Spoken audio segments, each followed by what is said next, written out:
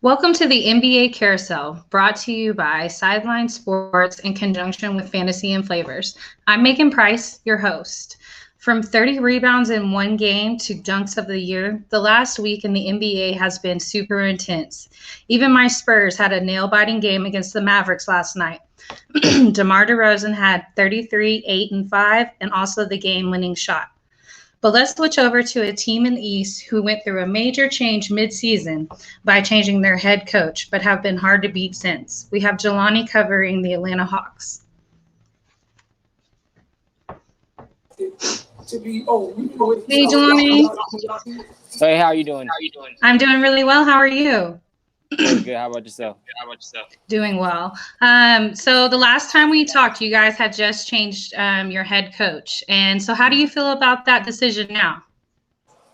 I mean, beforehand, it was kind of like the writing was on the wall. It was unexpected when it happened, but since then, I guess we've benefited a lot. We've been able to see the different changes that Nate McMillan has had on this team.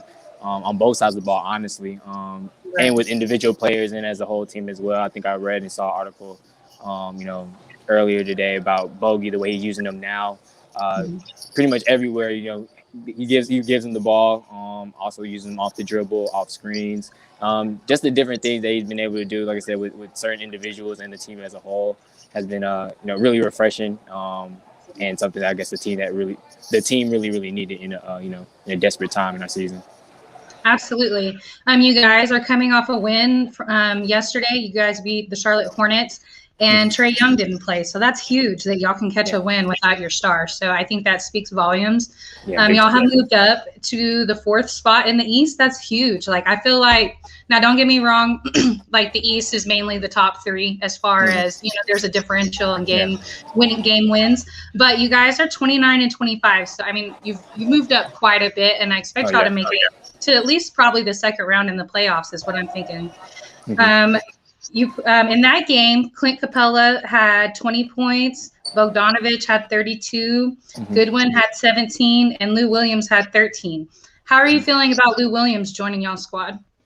It's mixed feelings across the Hawks fan base. I was all for it. I think it was a good trade for both sides, honestly. For us, we needed, with so many injuries bearing, I think I also read we had the 3rd most injury missed games or something like that throughout the year. I think we're just behind like Houston and somebody else. But for all of our wing players to pretty much be down, like guys that we would go to for scoring off the bench, or would be in the starting lineup, DeAndre, Cam, all those guys. There's been a bunch of guys that's been in and out. I felt like we needed some type of scoring in the second unit. Lou Williams provides that. That's a bucket off the bench automatically. Rajon Rondo, is more so of a facilitator. And we kind of have guys that can do that. Like I said, they made Kevin Huerter into that. Bogey can do that. Trae can do that. There's other guys that you can put the ball in their hands and they can facilitate in ways. So Rajon, I feel like, does best on the Clippers where they needed somebody that could dominate the ball, get everybody in the right position, facilitate, and he's a playoff guy. We needed, just more scoring, but also veteran leadership as well. So I think it was a win-win for both teams, and I'm really happy Lou Williams is home. So. I have to agree. I think that it was a win on both sides. I really think the Clippers needed Rondo. I think he's great. Like you said, he's great in the playoffs. And that's what that team has been missing in the playoffs is, solid veteran point guard. And Rondo can be that, as long as he's good with playing that role. And I think he's happy in LA generally. Yeah, for sure. So if it would have been either LA team, I think he would have been cool with that, honestly. Yeah. I think that's the best as well. It kind of sucks to see him now with the Clippers, having just played with the Lakers, but I guess it works for him. I mean, you take what you can get, and I'm sure he's happy at this point in his career just to kind of be someplace that he wants to be. Exactly. So you guys play the Raptors tomorrow at 6:30, and then you have the Bucks on Thursday, and then Pacers on Sunday. How are you feeling about your schedule? So far, you already alluded to it. Yesterday's win without pretty much, honestly, like maybe one starter in the lineup was definitely huge. It was nice to see them come back and put that one together. It's hopefully we're start to have some healthy bodies and some guys that can start to play back-to-back games, I feel like Right. I feel like the Toronto game it will be a pretty tough game, even though they're not having the greatest of years. They have a bunch of guys in and out of the lineup as well. Gary Trent has shown he's a very capable guy. They now put the ball in his hands, and he can light you up. They also got OG and Bosher. They got some guys over there that play really well, really good basketball. So I'm expecting that to be a tough game, along with the Milwaukee game. And like you just said, the Pacers as well. They got a lot of ballers over there, even though they're not having the greatest year either. But I feel like they can come out of this maybe 2-3. I know it's going to be a pretty tough road trip, but I think out of those 3 games, they can at least snag 2 of them. And hopefully continue to their winning ways and push for that 3rd spot. Because I think we're 3.5 games out now. Right. And you're getting 2 of these games and 1 against the Bucks. With 1 being against the Bucks would be huge for them for sure. Right. And I'm not sure if Giannis is healthy. He wasn't healthy last week. So I know he was out with knee soreness. If he's out for that game as well, then, completely winnable game for you guys. Yeah. Y'all are looking like a very complete team. And it was looking like, just not the greatest leadership. And it sucks to have to change leadership mid-season. But it looks like it was the right direction for you guys. Exactly. And then I just want to shout out real quick because we don't have a Pacers rep, but Carousel has come back and is playing pretty well for them. And during the beginning of the season, he was a part of that really big trade that involved James Harden and the Nets. And during that waiver process, they ended up finding cancer on one of his kidneys, and he had to go through chemo and radiation and still managed to come back this season. So huge shout out to him. For sure. Yeah, but you guys are looking like a really complete team. Like this last game that you guys played yesterday, you had 5 players in double digits. So I think your projection of 2 out of 3 is a pretty safe projection, and just generally you guys are playing really good. Yeah, like I said, hopefully they're just able to continue it. Hopefully guys are able to get healthy, and then it's also good, for these guys to get experience that typically probably wouldn't be playing if everyone was healthy. Like Nathan Knight, he's a rookie for us. Brandon Goodwin has played solid minutes yesterday. I know he's always ready when his number is called. Skylar Mays gotten in a little bit. And Okongu's actually playing a lot better as well. I know he's, just him not being in action for so long, him also coming off an injury, him playing behind Clint. I think obviously numbers still have to get there. It's going to probably take a minute, which is fine. We don't really need offense. But defensively, he's coming on strong, and, just a welcoming sight to see from, your 2nd or your 6th round pick. Right. Well, good luck on y'all's games this week, and thank you so much for making time to be on the show. Hope to see you again soon. Let everybody know where they can find you, where they can follow you, your own projects. Of course. Thank you again for having me on. I love being a part of this. I always try to get on when I can. But everyone can follow me at WTGMTM Podcast on Twitter, Facebook, and Instagram, and What the Game Means to Me as well. I just did a show a few hours ago with my co-host, Thaddeus Bell. Typically talk all sports. I know we hit on football, basketball, MLB, pop culture, everything today. But definitely looking forward to soon. I'll probably be starting. I do an Atlanta Falcons and Atlanta Hawks show. I'll probably have an Atlanta Hawks one tomorrow. But looking forward to grouping it into one podcast and making it one full podcast called the Atlanta Hawks Fly Through. So if you want to look out for that. So, thank you. I like that name. Good look up that, and we'll see you again soon. Appreciate it. Have a good one. You too. All right, guys, we're going to go ahead and move back to the West. We have Jay Nelson covering the Houston Rockets.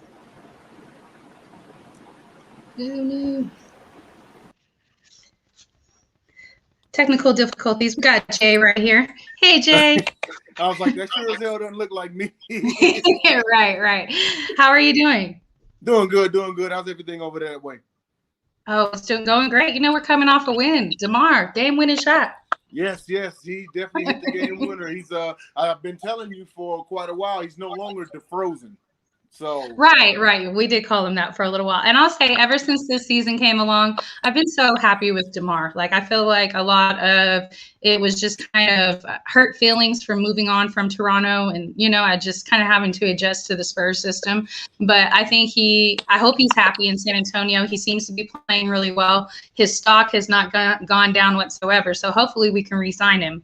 Yes, absolutely. I can most definitely say right now it is DeMar's team.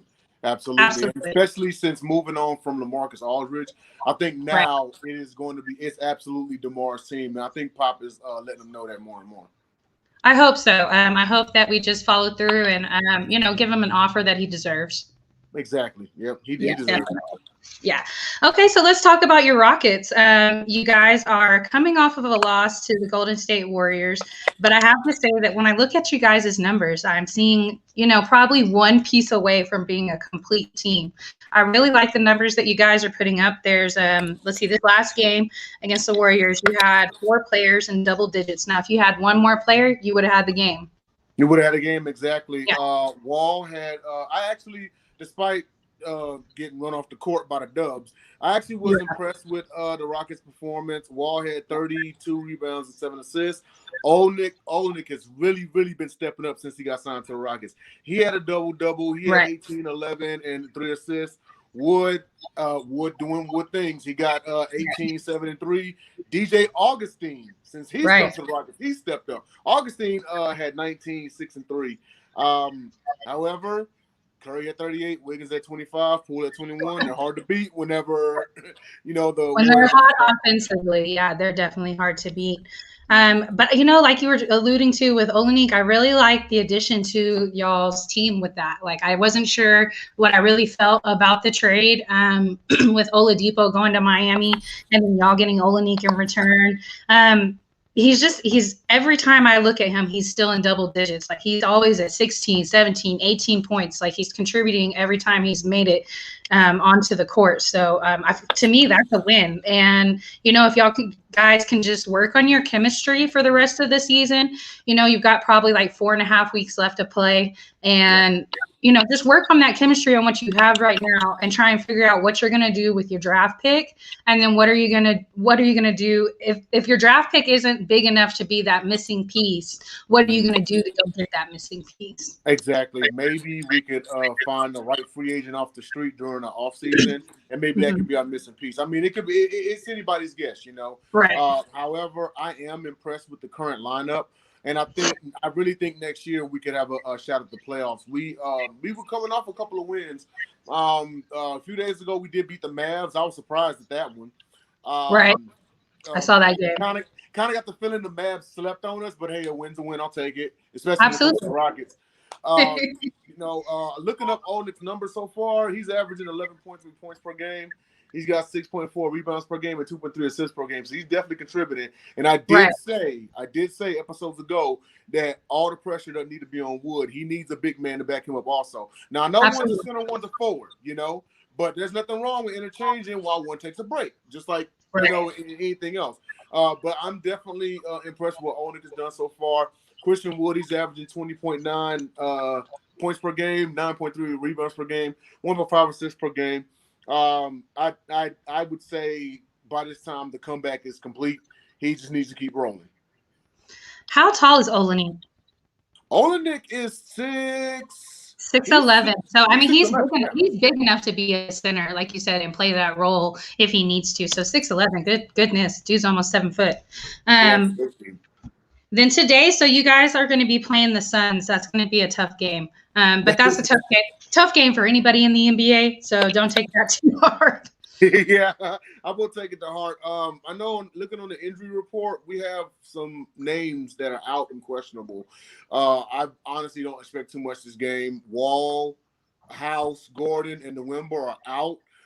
Martin, JR, Brown, Exum, and Brooks are game time decisions. So hopefully we can compete in the first half and then we'll see in the second half. I'm not expecting too much. But you mentioned Oladipo earlier, and I'm not going to speak too soon and say we dodged the bullet, but considering because he's going to be missing the 4-game road trip from coming up with Miami, and I'm sure you got somebody who's going to talk about that a little bit later on. But they've got the Blazers, Suns, Nuggets, and the Nets. I think they already played. They might have already played the Blazers already, but they got that's a tough road stretch considering like that's one of your stars. And as of right now, it's looking like Houston dodged the bullet by not signing them to a long-term deal. I agree, and I mean, I understand why he wanted, why that's what he wanted. This is that stage in his career where he's going to be looking at probably his last big contract, and he probably wanted to find some place where he could call home and finish his career out. And so I don't blame him for that being what he was looking for. But I also, I criticized Houston's front office a lot this season, but I will say that I really feel like they made the right decision with this, even before the injury. It's just the scare of someone coming off of a big injury like he was, that, they offered him 2 years and $43 million, and, maybe he should have took it. Yeah, he probably should have taken it. I mean, it's crazy because I agree with both sides. Right. Yeah. Oladipo, it's like, look, I know what I bring to the table. I mean, right. Now we all know Oladipo is dangerous when healthy. Absolutely. That's the key word, when healthy. When healthy, he is that dude. But you see what he's going through right now and what he came back from. I mean, if I was Oladipo, I would have asked for the big money too. If I was Houston front office, I would have offered 2 years, $42 million. Also, like, hey, why don't you just get through this contract, and then we'll see. If you can get through with little to no injuries, I mean, and you're still playing top tier, yeah, of course, sure. But so I mean, they have the perfect example of someone being able to do that in John Wall. Yes, exactly. What Wall's doing. Wall's putting up, I think he's averaging 25 plus a game and whatnot, like this Wall's team. So he's returned to his former form, on top of he's only had one minor injury this season so far. So is that right? 1 or 2? Yeah, it was a knee contusion.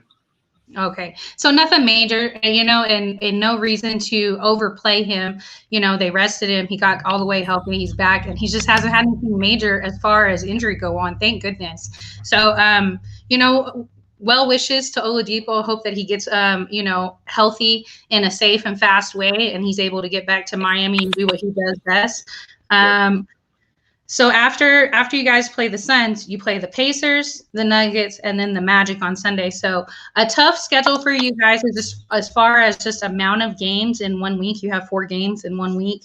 And the Nuggets, interesting team ever since the trade. So I feel like they're going to be hard to beat. They've moved up into the 4th position as well in the West. And that's going to be a really tough game for anybody. Yes, it is going to be a tough game. But I think back to when we took Philly to the limit. That might be one of those games where it might be closer than what the pregame would indicate. If we can get what Wall, Olenek, Wood, and Augustine did against the Warriors, we might keep it within 5 points. Either direction. I'll go as far as saying either direction. Rockets can steal that one. And, something that the Spurs went through, they had to play a back-to-back with Denver last week. And I will say both games were close games. Now, the first game was a little bit further. I think they beat us by like 9 or 10 points. And then the second game was really close. So, I don't think that speaks to Denver having a tough time. I think that speaks to, the Spurs have improved a little bit. They have improved, yes. That's no indication of saying that Denver fell off or anything. Right. No, I think it's kind of it could very well be that the rest of the West has caught up to them. Agreed. Look at the Suns. True, but I don't see the Suns moving out of their position. I think the Suns' biggest problem is going to be their defense, but we'll leave that to Jordan. Jay, thank you so much for coming on. Good luck on your games this week, and let everybody know where they can find you and they can follow you in your own projects. All right, then.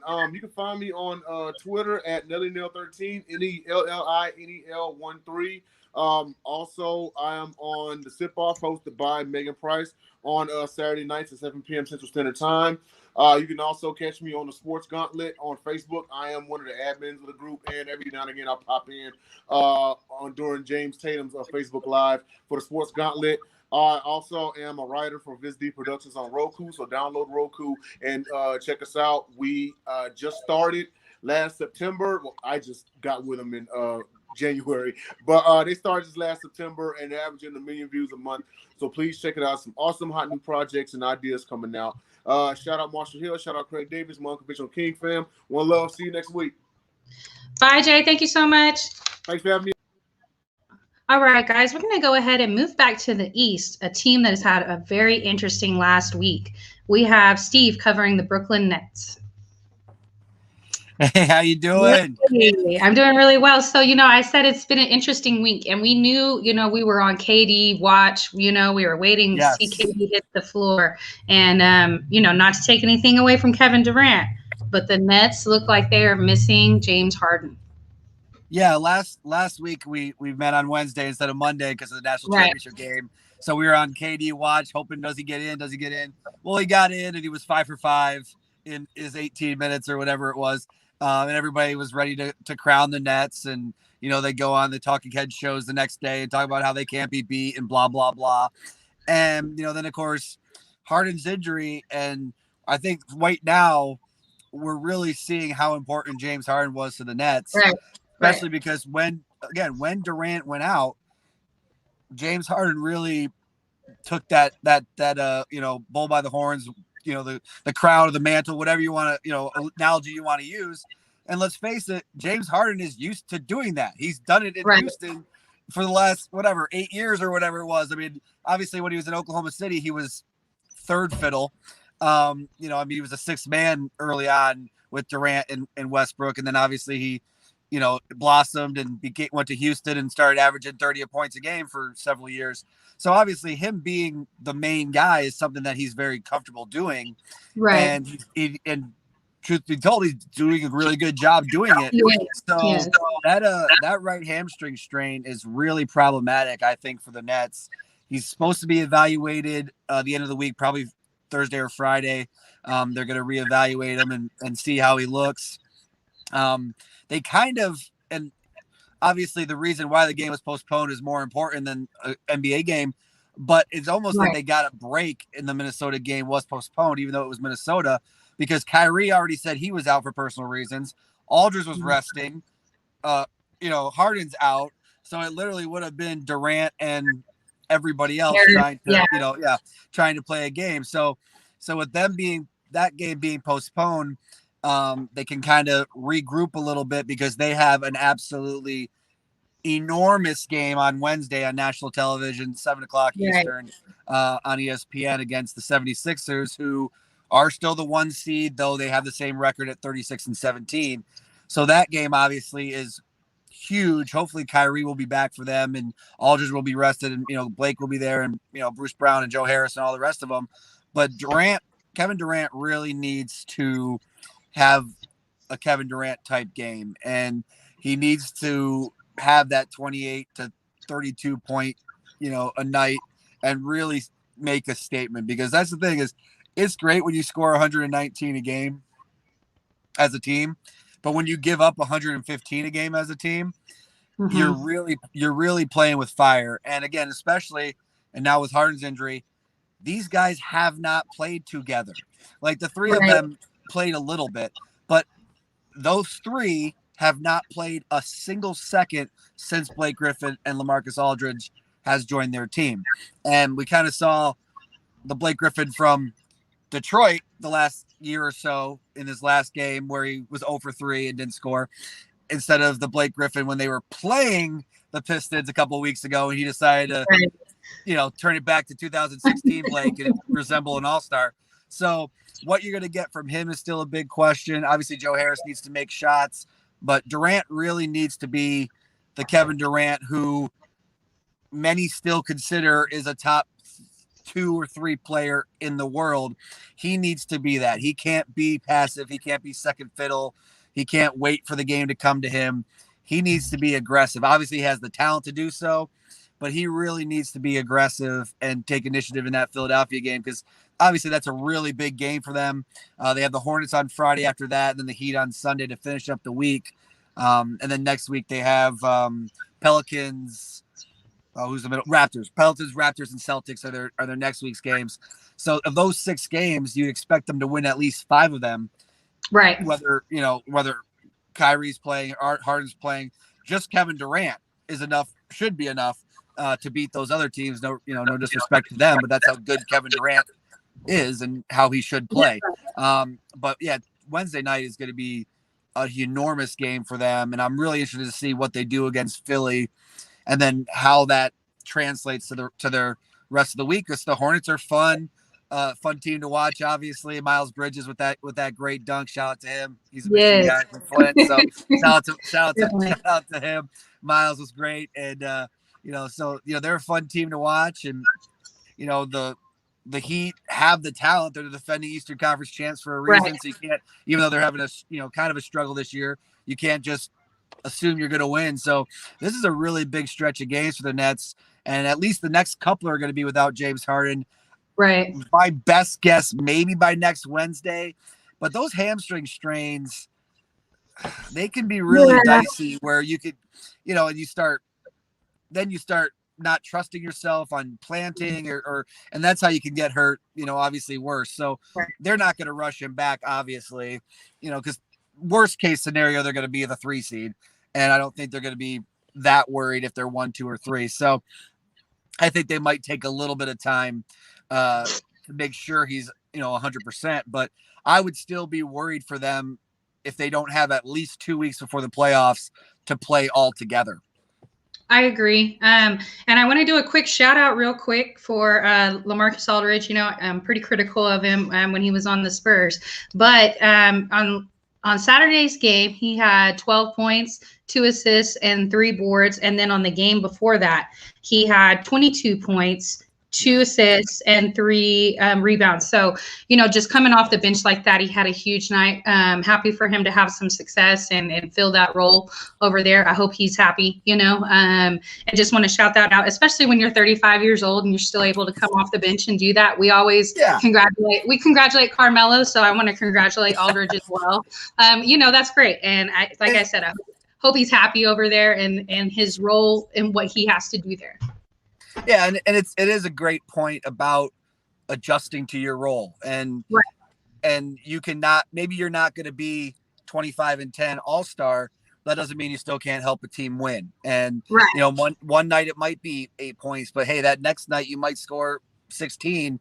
The next night might be 12. But whatever they happen to do, one night it might just be, hey, get me 3 rebounds down the stretch, or I need to stop. We gotta, like I mentioned a couple of weeks ago. There are more fouls and big men to throw at Joel Embiid if they're in a playoff series with the 76ers. True. So, hey, just go down there and make sure Embiid doesn't score easy, So, whatever your role is, you got to take your role and do the best that you can at it. And it is good to see him, have a good game because they do need him. Obviously, they don't need him to be an all-star, but they do need him to give, productive minutes. Same thing with Blake Griffin. They need him to give productive minutes. And that's going to be the interesting thing moving forward. Like, obviously, their game against the Lakers, against Andre Drummond and Schroeder, where, Andre Drummond had 20 and 12 or 20 and 11 or something like that. And Schroeder had 19, and they lost by 25 to the Lakers. And, yes, Kyrie, didn't have a good game, and Harden wasn't playing, but Kyrie and Durant should still be enough to beat Andre Drummond and Dennis Schroeder. So, absolutely. So that was definitely a problematic loss for the Nets for sure. So that's why I'm really interested to see how they bounce back this week. Same. Well, Steve, go ahead and let everyone know where they can find you. Good luck on your games this week, and we really appreciate you coming on. Absolutely. Easiest way on Twitter is All Eyes On, and then just the letter U.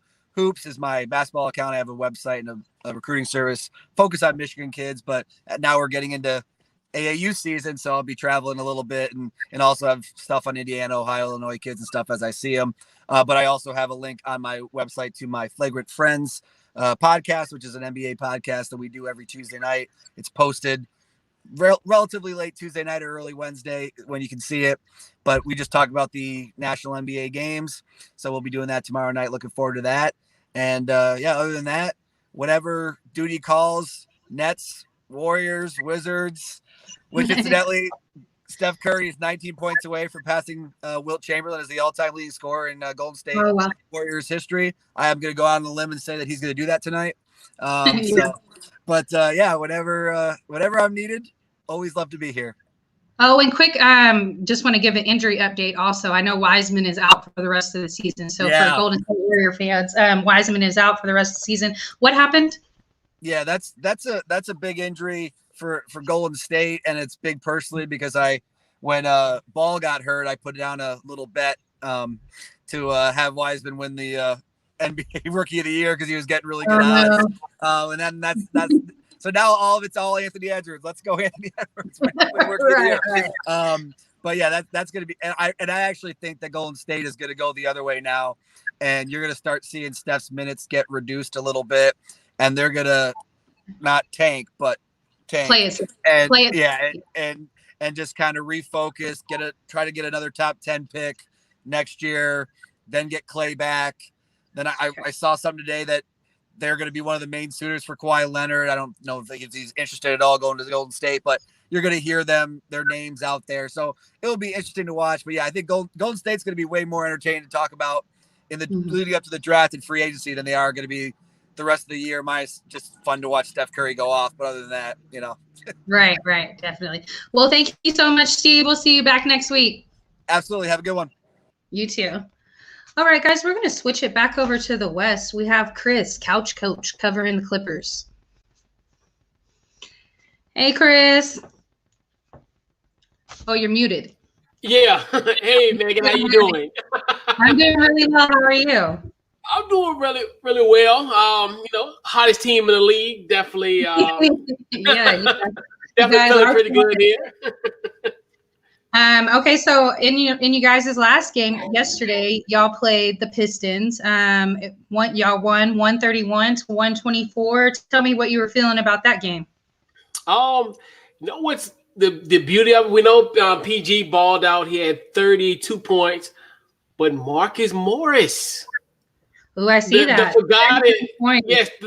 The forgotten twin had 33 points last night. So. Definitely great contribution from him. And it's just another thing where, they won their 5th straight game, and it was a team effort. You look at even with Rondo, I think he had 20 minutes in that game, had 10 points and 6 assists. So you just look at it from the standpoint of just another good team win. Obviously, Detroit kind of, they had their run in the beginning, and then, the Clippers persevered. And, this is a good thing, going through the dog days of the season and, and having this type of success at this point. Awesome. And, any game that you guys can turn around and win without one of your stars is something that you always got to count that as a little extra success, even though, it was Detroit. I mean, it was a good game for Kawhi not to be there. But, it's still we've seen Detroit beat LA a couple of times this season. So, or the Lakers a couple of times this season. So, good, always a good win when you're short a little bit. Yep. Okay, so you guys play the Pacers tomorrow, then you turn back around and play the Pistons again on Wednesday, but you have a 4-game schedule this week. You have the Sixers on Friday, and then you have the Timberwolves on Sunday. So maybe a little lax in the competition, but it's going to be kind of tough just having 4 games in 1 week. Yeah, and then one of the games are back to back with the Pacers and the Pistons, so that's going to be a little tricky. And then Kawhi's at this point he's out for tomorrow's game, and I more likely probably gonna be out for this whole the 3-game East Coast trip.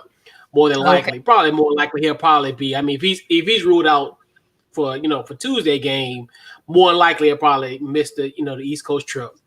But it's and that's another thing where you're at a point in the season where we're about 4 weeks away from the playoffs, so it's like the dog days where it's almost like you gotta it's more than just it's just more of the mental attrition is kind of kicks in at this point where you look at it where you can look like you said Detroit, they have nothing to lose. You look at the Pacers that are still like scratching and clawing in the Eastern Conference, and then Philly's another team where you look at, well, hey, they need positioning, obviously with going on with Brooklyn and what have you, so they definitely want to kind of hold on to that spot. But those are these type of games that are going to prepare you for for the playoffs, which is where everything all counts at this point, because at this point everybody's mother and including Charles Barkley is want to always diminish the Clippers' accomplishments at this point. So at this point, hey, you just just want to stay mentally focused and just get ready for the playoffs. Definitely. And you guys are also a part of the trade. We haven't talked to you since the trade deadline happened, and you guys picked up Rajon Rondo. Just to finish up on your segment tonight, tell me what you think about Rondo joining y'all squad. Perfect. We needed that. I think he's, it's the beauty with Rondo in a weird way where his value goes beyond the score, as far as the box score. Like you can look at we talked about, he played 20 minutes and he only had 10.66. But what he brings that leadership, that toughness that they need. And this team they're talented, but they need a leader. They needed somebody who would get in their face. They need that type of, because you look at just how they, and they got a guy who can help them finish games, because that's their biggest thing is the finishing the games. You got a guy who's a leader, and he's good enough to a point where he can get in, Kawhi's face. He can get in Paul George's face. It's very rare in this day and age of this generation of NBA players where you have a guy that can command that type of room. Even back in when Rondo was with Boston, he was able to command the room with Paul Pierce and KG. The same thing he can do here, where he's more accomplished than Kawhi in a sense. So you look at it from the standpoint where, hey, he can get in their face. He has that leadership that they have, and just coupled with the depth they have already, they are a strong contender. I agree. I think Rondo was the exact right person that you want for the moment, at least to get through, this season and in this playoffs. He's that right person as far as in the guard position. You want that veteran leadership, like you said. Well, Chris, thank you so much for coming on. Let everybody know where they can find you, where they can follow you, and good luck on your games this week. Definitely appreciate it. Definitely appreciate the opportunity. Follow me on any way you get social media under. I'm trying to nail this. Couch Coach Live. So Facebook, Twitter, Instagram under Couch Coach Live. We do a live show every Tuesday at 8:00 Eastern Standard Time. Check us out there on. We'll have it on our Periscope page, Facebook, and Twitter page as well. And definitely appreciate it. And definitely can't wait to catch you guys next week. Thank you, Chris. We'll see you next week. All right, guys, we're going to go ahead and switch back to the East. We have Jen covering the Boston Celtics. Hey, Miss Megan. How are you? How are you? I'm doing really well. Oh, your hair is pretty today. Thanks.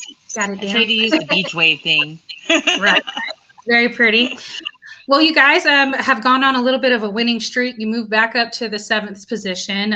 You are 2 games over 500. You're sitting at 28-26. Talk to me about how you feel about the game you guys played yesterday against the Nuggets. Yesterday was a great game, and I love the fact that we are 5 out of 6 of our last games in the W column. Jason, the guys just all came together. Like Kemba said it best, they're holding each other accountable. The big guys, like Jason, Marcus, everybody's holding each other accountable, and that's what's important, and that's how they're going with it. And I also think it's because, Coach Stevens has had unofficially 2 different really high-end college coaching position jobs offered lately. Right. So I think they're like, okay, we need to put it together or we're going to lose our coach. So Right. Very good. Sometimes that's what it takes. Very, very true. So in yesterday's game, Jalen had 20 points, 3 assists, and 8 rebounds. And then Jason had 28 points, 2 assists, and 10 rebounds. So huge games for both of them. Just kind of typical, for y'all's lineup. Those 2 are always right up there. How do you feel about Marcus Smart's return? Yesterday's game, he had 14 points, 5 assists, and 4 rebounds. I know he was on injury for about 5 or 6 weeks at the first part of the season. So how do you feel about his return? I'm excited about his return. He brings a lot to the team, and he was the last one to go out with injury. So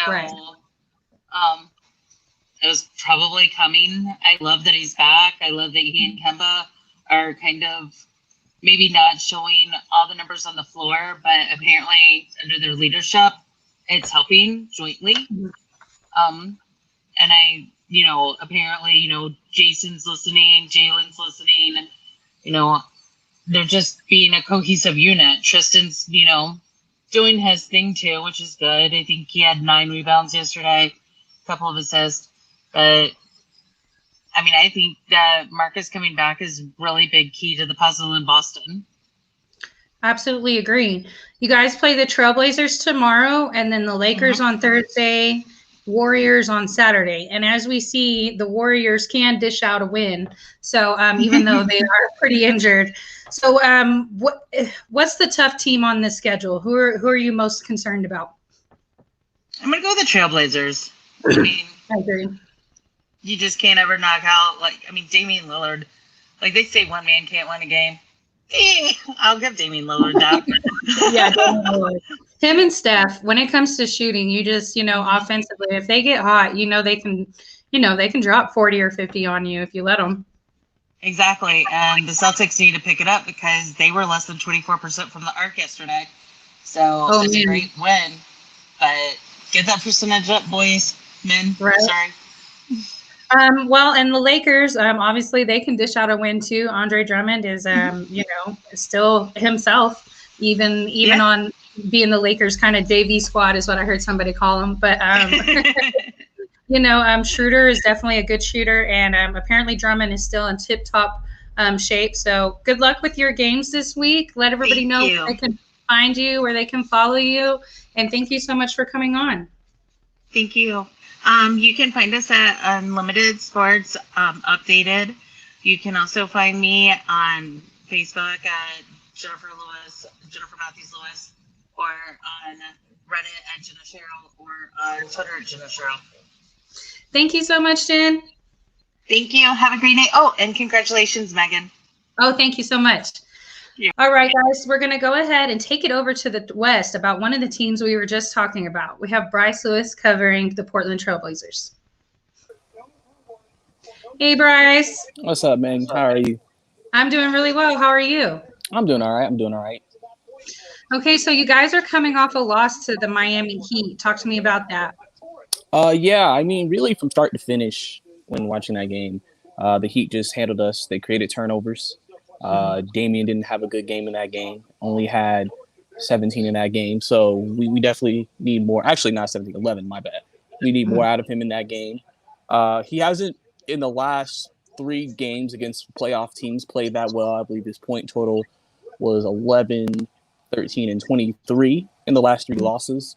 Obviously, he played well against Pistons and the Thunder, but right now, Lillard's off right now. CJ and Norman Powell, who we traded for at the trade deadline, has been playing well, but we definitely need Damian to start to play better for us to really make a run when it gets close to playoff time.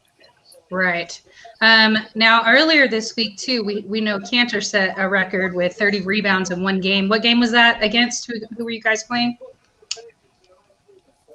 That was against the Pistons. Oh, okay. All right. Well, you guys play the Celtics. You guys are playing the Celtics tomorrow at 9, and then you play my team, the Spurs, on Friday, and then the Hornets on Sunday. So tell me, what game are you worried about most? Really, for me, the Celtics game, just because I know what kind of team the Celtics are. And especially just because, as well, we definitely need to get something going. And I think if we can get something going against Boston, who, as of late, has been playing a little bit better, I think that's going to really be big for us down the stretch. Like I said, hopefully Damian maybe has a big game in that game, potentially. And we continue to get good contributions from everybody, Cantor, CJ, Powell, etc. So, and Melo, too. So, I think that's a good game to kind of say, okay, can we get back to where we were? Because, like I said, we haven't been playing well against the really good teams of late. And even though Boston's been up and down this season, we know what they're capable of. So I think that's going to be a very important game for us to come out and play well in. I agree. I do think San Antonio could, I don't know, necessarily see them being really hard to beat, but I think, if DeMar is still hot offensively, that could be something that y'all will have to be concerned about, just basically having to keep DeJounte and DeMar under control offensively. So one question, you alluded to, you guys were part of the trade deadline. You got Norman Powell for Trent Jr. How do you feel about that? Do you feel like that's panning out well? Yeah. I mean, because, one thing about Gary is he's a good scorer, just like Norman, but I think they also picked up Powell for his defense. Powell was really earlier in his career in Toronto more as a 3-and-D guy, a guy who could play defense, but, and hit a couple of shots here and there. This year, he's developed his offensive game. And that's one of the reasons why we probably felt like, okay, we can bring him in for Gary and then still have the same production offensively, but also improve on the wing, because we needed a wing. And, right. Powell can defend positions 1, 2, 3. And I think that type of flexibility is very important down the stretch, in terms of maybe if you don't want Damian or CJ going against a certain guy, you can put Norman on him and he can guard him. So I really like the move. You like the move. Okay. Well, and I know Trent Jr. is doing well over in Toronto as well. So, maybe that's just the right fit for both teams right there. And I just knew that he kind of filled a role while McCollum was injured. Trent Jr. was one of those that was putting up, 15 to 20 points a night for you guys. So I didn't know how you felt about that move, but it seems like it's going to be, a good fit for each team. Good luck on your games this week. Let everybody know where they can find you, where they can follow you. Hope to see you back soon. Oh, yes, sir. Yes, sir. You can follow me on Twitter at Brycey_2K.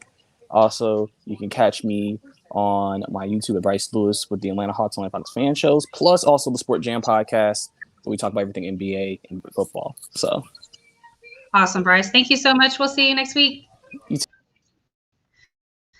All right, go ahead and keep it in the West. We have Jordan Long covering the Phoenix Suns. Hey, Megan. Hey, Jordan. How you doing? I'm good.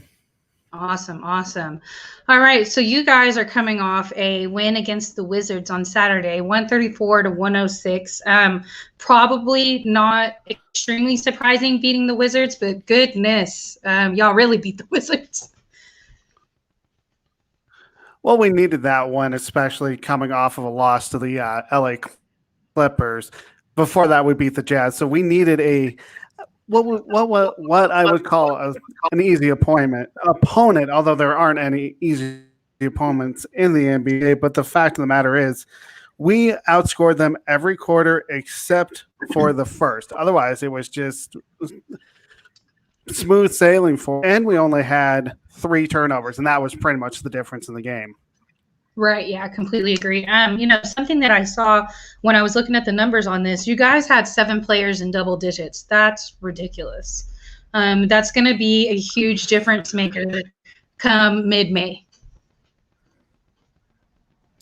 It really is. And, we all know the playoffs are a different animal than the regular season. But come the playoffs, if we can have 4 or 5, 6 guys or 7 guys like we had in the game against the Wizards, that's really going to help the bench, especially since you are Chris Paul, Booker, DeAndre Ayton.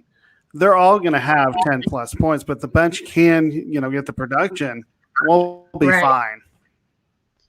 Yeah, absolutely. When you have that bench depth, that's the difference maker in my opinion. And I think that's why the Spurs were good for so long, is that their bench was almost just as good as their starters. Now, not quite as good, but almost just as good as their starters. And so that's going to be a huge difference maker.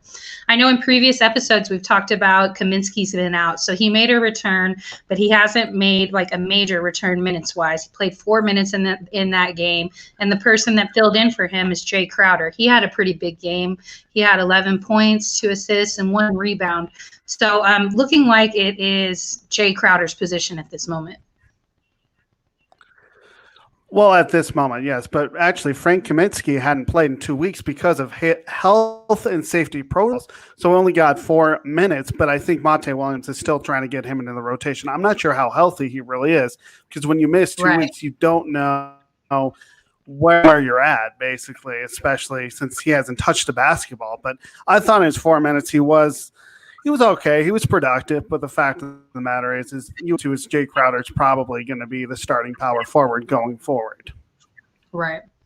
Well, I mean, he's very experienced, so that's something that that you guys need on that squad.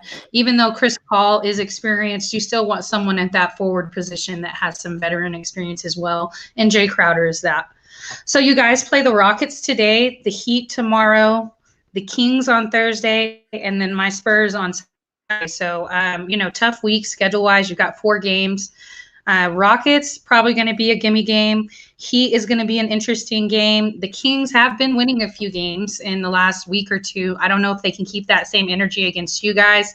You guys are in second. Your record is 37-15, so you're not losing a whole lot of ball games right now. And Saturday, you're likely to probably beat the Spurs. Well, and the interesting thing about, I think our toughest game really is Tuesday, because you don't know what you're going to get with the Miami Heat. They're one of the better teams in the East. Plus, they have Jimmy Butler and Gordon Dragic. But the fact of the matter is we're playing on a back-to-back. We saw what happened last week on a back-to-back. We beat the Jazz. We lost to the Clippers. Are we going to beat Houston and lose to Miami? Or are we going to lose to Houston and then beat Miami? We're going to beat both of them. Who knows? I mean, back-to-backs are really tough in this league. It is. And then, on a team and then having to face a team like the Kings, who I know aren't having a great year, but they have some interesting chemistry going on there. So it could possibly be a trap game. And then I think y'all finish out y'all's week with a win against us. We've just got a really tough schedule for the next 4 weeks. Honestly, the Spurs had the third hardest schedule since the break, the All-Star break. So it's just, I think they're tired. I think you're still going to get a DeMar and a DeJounte that put up 20 to 25 points apiece, or anywhere from 15 to 25 points apiece. But those other pieces, I don't know if we're going to be a team that's got 7 players putting up double digits. That's certainly true, and you're right. Those last 2 games, Sacramento, we should win. It could be a trap game, and as for San Antonio, we saw them last week against the Denver Nuggets. That was here on locally, and I mean, the Nuggets barely won that game, but that's because the Nuggets had a huge lead and tried to blow it. So with the Spurs, you don't know what you're going to get, like you alluded to. Yeah, it just kind of depends on what those other pieces do in the rest of the game. Their two scorers are generally going to put up the same numbers each night.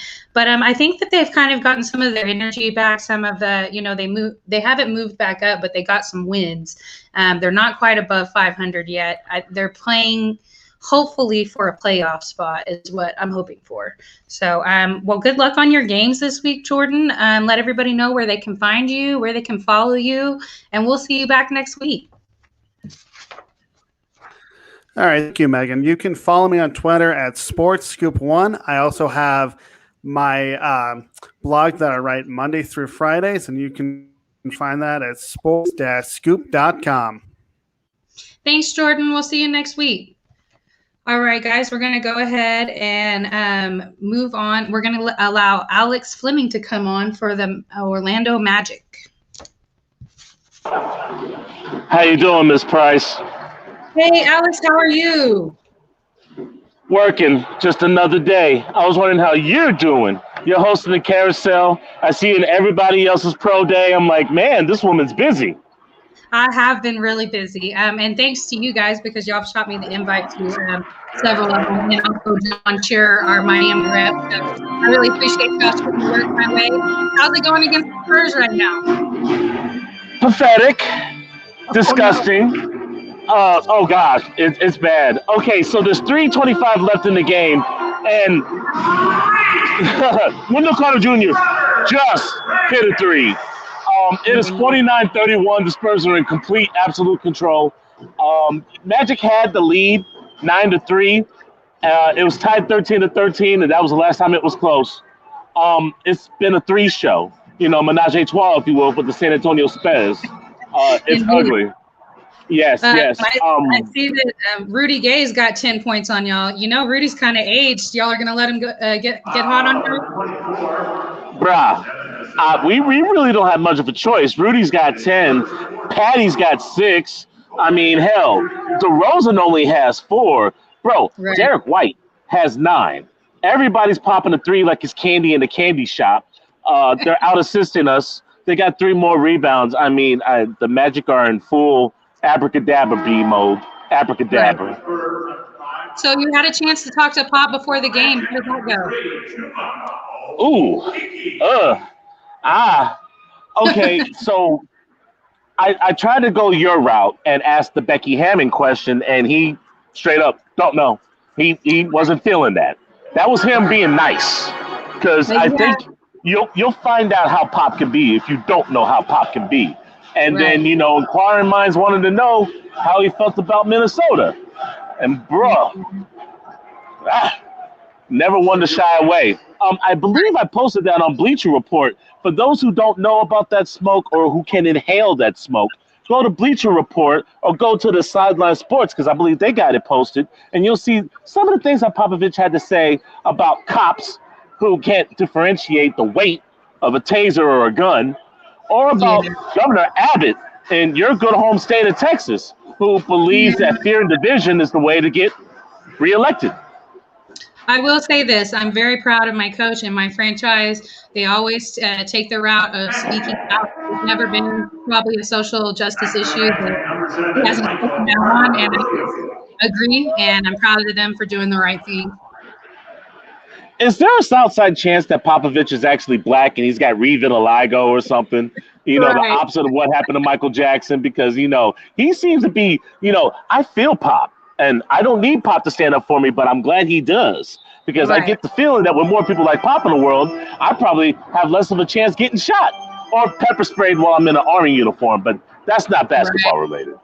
I will say this. I think Popovich is just one of those people that when he speaks, you listen. And because he's going to say what's right is right.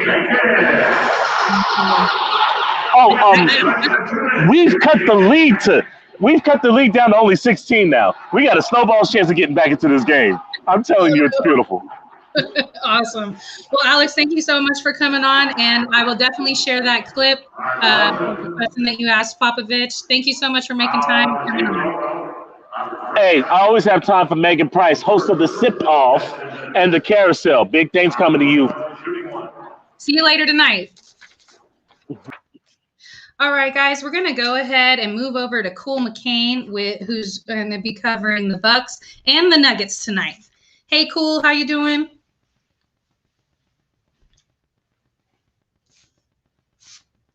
You're muted. There we go. Hey, Cool. We got to keep it quick tonight. I know we're doing 2 teams, so let's do like 3 minutes apiece on each team. Who you want to start with? Hello, Megan. Can you hear me now? I can hear you. Yes, ma'am. Who you want to start with Let's tonight? go and start with the Bucks. The Bucks. Okay. Tough week. Giannis is still out. I said the Bucks. Yeah. Okay. Yeah, pretty much, tough week. Giannis has been out. So some tough losses. But luckily, the Nets and Philadelphia have had a couple of losses as well. So we haven't really lost much ground. Just got to figure out a way to push through it. Hopefully, Giannis will be back soon, and PJ Tucker, and we'll get everybody acclimated and start to get back in the win column. You guys play the Timberwolves on Wednesday at 7, and then you play the Hawks on Thursday at 6:30, and the Grizzlies Saturday. So looking like the Hawks is probably going to be the toughest team in your schedule.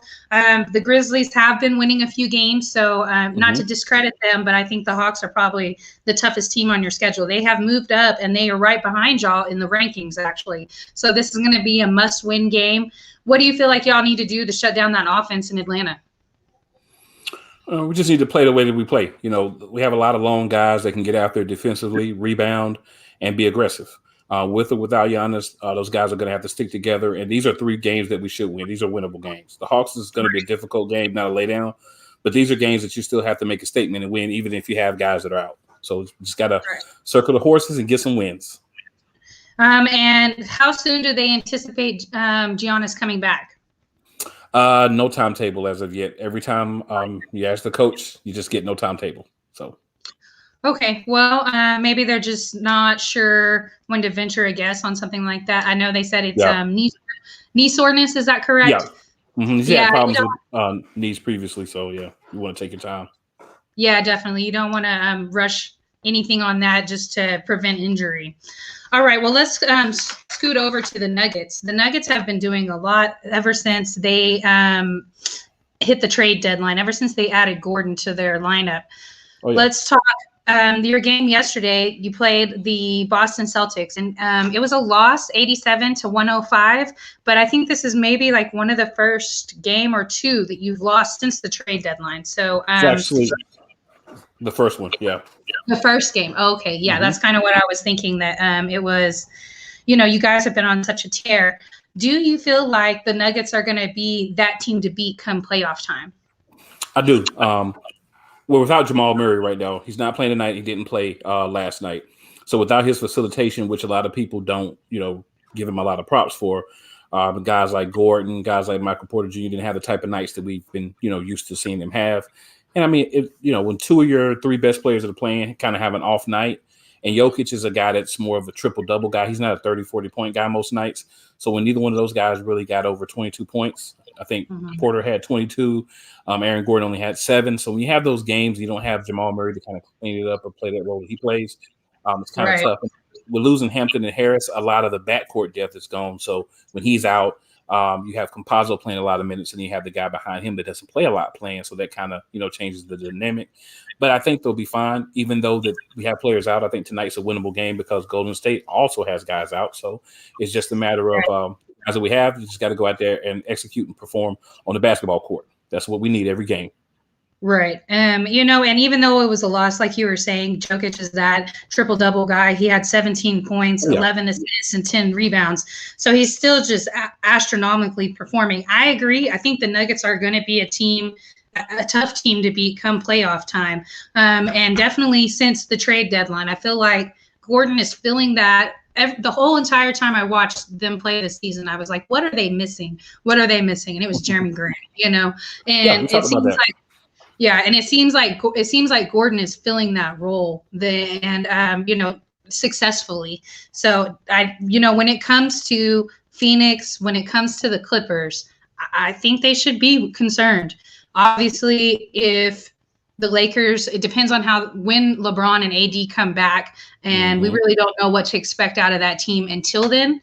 But I'm thinking the Clippers and Phoenix need to be concerned with the Nuggets for sure. So you said you guys play the Warriors today at 9, and then you play Miami on Wednesday, the Rockets on Friday. So not an incredibly tough week. I do think Miami's going to be a little bit of a tough game. They're fighting for playoff position. They are in the running, but they're in the lower end of that. I think they're trying to avoid the play-in tournament and just at least have that safety and not be the 7th or 8th seed and still have to go play possibly 2 to 3 more games. Yeah, exactly. I think everybody wants to be a top 6 seed right now. Or you don't want to fall below that line if you can help it. I want to give a quick props to Minnesota for the Twins and the Timberwolves for canceling their games with the things that are going on there. Yes, I know I saw some of the people you guys were talking about it earlier, but I just wanted to at least, shout that out because I definitely appreciate it when the teams actually take action, when things are happening negatively in their area. I agree. And just with anybody's right to speak out on something like this, I think that it's not one of those situations where, a lot of times we've heard people say, be quiet and play ball. But in the same way that, I'm not a politician. If I want to talk politics, I can because it affects me. And same things about these athletes because you're still a citizen and it affects you. And if you want to speak out on it, do that. Absolutely. And it's great. I think shows like ours and, different shows, give that platform and allow people to speak. And I think that's great. And, highlighting when those things happen is amazing. I absolutely agree.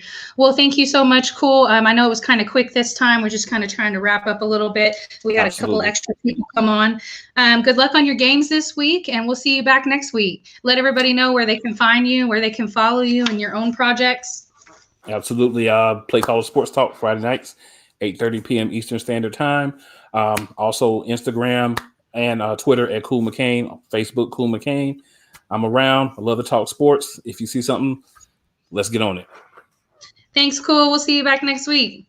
Absolutely. All right, guys, we're going to go ahead and finish out with a team that's in the East. We have Kevin covering the Cleveland Cavaliers. Hey, Kevin. Hi, Megan. How are you?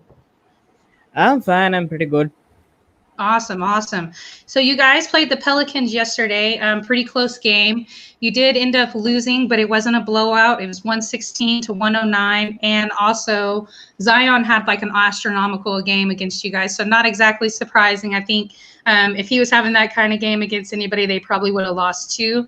But, we saw Kevin Love kind of return to Kevin Love form. Probably not 100%, but I see probably Kevin Love looking like he's at about 75% right now, and that's great.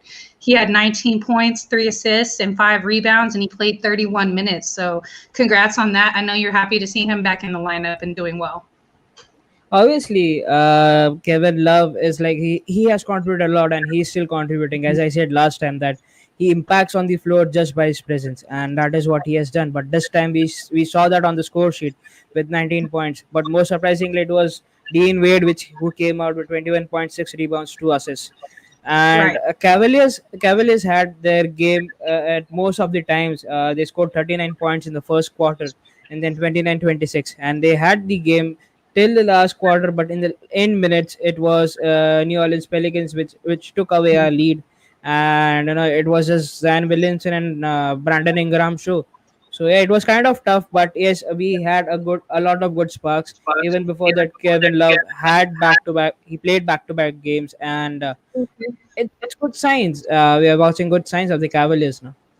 Absolutely. I know you guys are in 13th, but when I look at these numbers, you got 5 players in double digits in a game against the Pelicans, and the Pelicans can definitely be a tough team. I know they're they're having a transition year because they have a different coach, but they do have a ton of talent over there.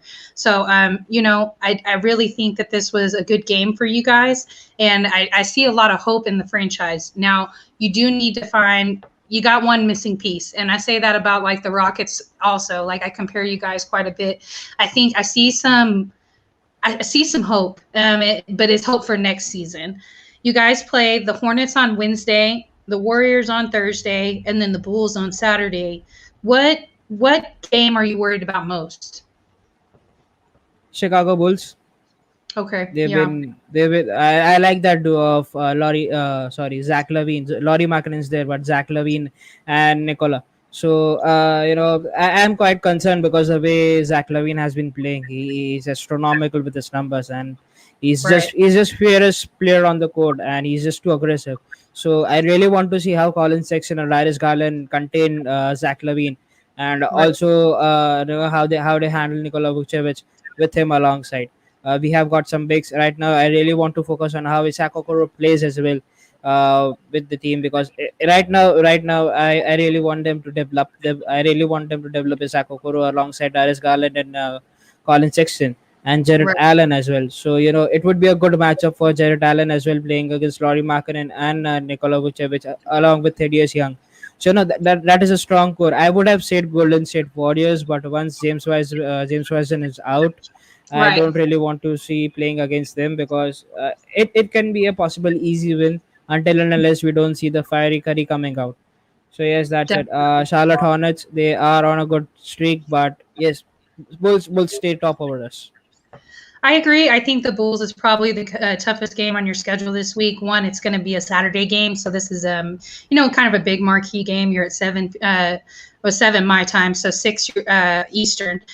And with Vucevic over there, and LaVine, I think they're finding their chemistry. They don't quite have it yet, but they definitely have the ability to get hot. And I will shout this out real quick. On yesterday's game, you didn't have Sexton in, you didn't have Garland in, and you didn't have Allen in. So for y'all to still be able to be in, get up there and compete with the Pelicans, I think that speaks a lot to being able to have some bench depth and just the difference that Kevin Love makes in y'all's lineup. While those 3 are your top scorers and they were out, he was still able to carry you guys to almost a win. Good luck on your games this week, and let everybody know where they can find you, where they can follow you. Yeah, you can find me on the Kev Pod. I have my latest episode out where I'm talking with John Sager on the process of Philadelphia 76ers. And now we are coming up with UEFA Champions League preview, which is going to happen this Thursday in the evening at IST. So do check that out. And I'm doing daily NBA analysis, so you can always check my daily analysis on my Instagram, Twitter, or Facebook. Thanks, Kevin, so much. We'll see you back next week. Yep. Thank you. Bye. All right, guys, I want to go ahead and wrap it up for this week and remind you the same way that I reminded you last week. The WNBA draft is going to be Thursday at 7 Eastern. It's going to be a virtual draft. Tons of ladies coming in the draft this season. Very interesting. Dallas has 4 first-round picks and the first pick out of the second round. So very interested in to see what the Dallas Wings do with that. And if you don't have a WNBA team, there's only 12. Pick one and follow the season. Good night, guys. Thank you so much.